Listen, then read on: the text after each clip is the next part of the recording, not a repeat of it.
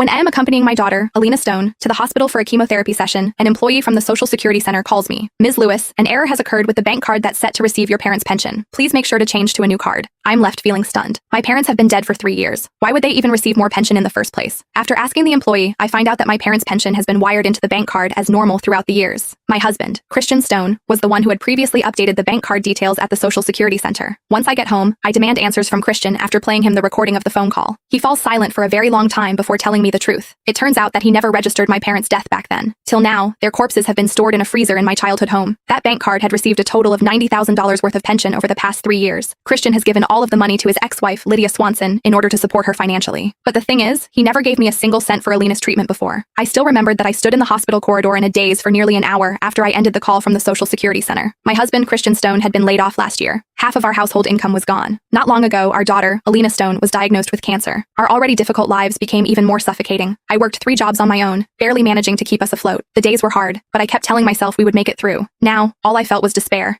"Dear, don't get worked up. Just listen to me," Christian said, standing up. I kept backing away. The man in front of me suddenly felt terrifying, revolting. I almost went mad. "Christian, if I hadn't found out today, how much longer were you going to lie to me?" His expression tensed. He dropped to his knees again. I didn't say anything more. Not because I didn't want to. I simply didn't have the strength. Alina's treatment cost over $5,000 a month just for chemotherapy. During the day, I worked as a housekeeper for the rich. At night, I sold snacks at a night market. On the weekends, I hauled bricks at construction sites, competing with men for shifts. Feeling sorry for me, Alina said, "Mom, it's all my fault. If I weren't sick, you wouldn't have to work so hard." I swallowed my tears and forced a smile. "Don't worry. When your father finds a job, things will get better." But now, I didn't know how to tell her that her father had never cared about her. One time, Alina saw a box of cherries in the grocery store, and her eyes lit up. She was always so considerate and never asked for expensive things. That small box cost $20. I was about to buy it, but Christian pulled me away. "We can't afford that. $20 could cover groceries for a week." In the end, I walked away with Alina. Ha! He couldn't even spare $20 for fruit. Yet every month he sent money to support his ex-wife. Money that he had gotten by exploiting my parents after their deaths. How pathetic is she that she needs her ex-husband to support her? When I mentioned his ex-wife, Lydia Swanson, Christian finally looked up. Her husband died young. She's raising a child alone. It's not easy. "And it's easy for me and Alina?" I shouted. At that moment, all the anger I had buried deep down broke free, shattering all restraint and rationality. I rushed forward and slapped him hard across the face. His head snapped to the side from the blow. After a long pause, he muttered, "Stop making a scene. From now on, I'll leave you $500 a month. Is that enough?" My vision went dark with rage. I grabbed his collar and screamed, "Christian Stone, you bastard! I'm calling the police. I'm going to give my parents a proper burial. I'm going to expose everything you've done." Hearing that, he sprang to his feet and grabbed my throat. "Winona Lewis, what the hell is wrong with you? I'm your husband. If I get arrested for fraud, that $90,000 will become marital debt, and you'll have to pay it too. What will happen to Alina then? Do you want to watch her die?" Just as I was about to pass out from suffocation, Christian's phone rang. He released me, panting, and reached for his phone. The moment he saw the name on the screen, the fury vanished from his face. He turned away, lowering his voice. "Hello? Lids? What's wrong? Slow down."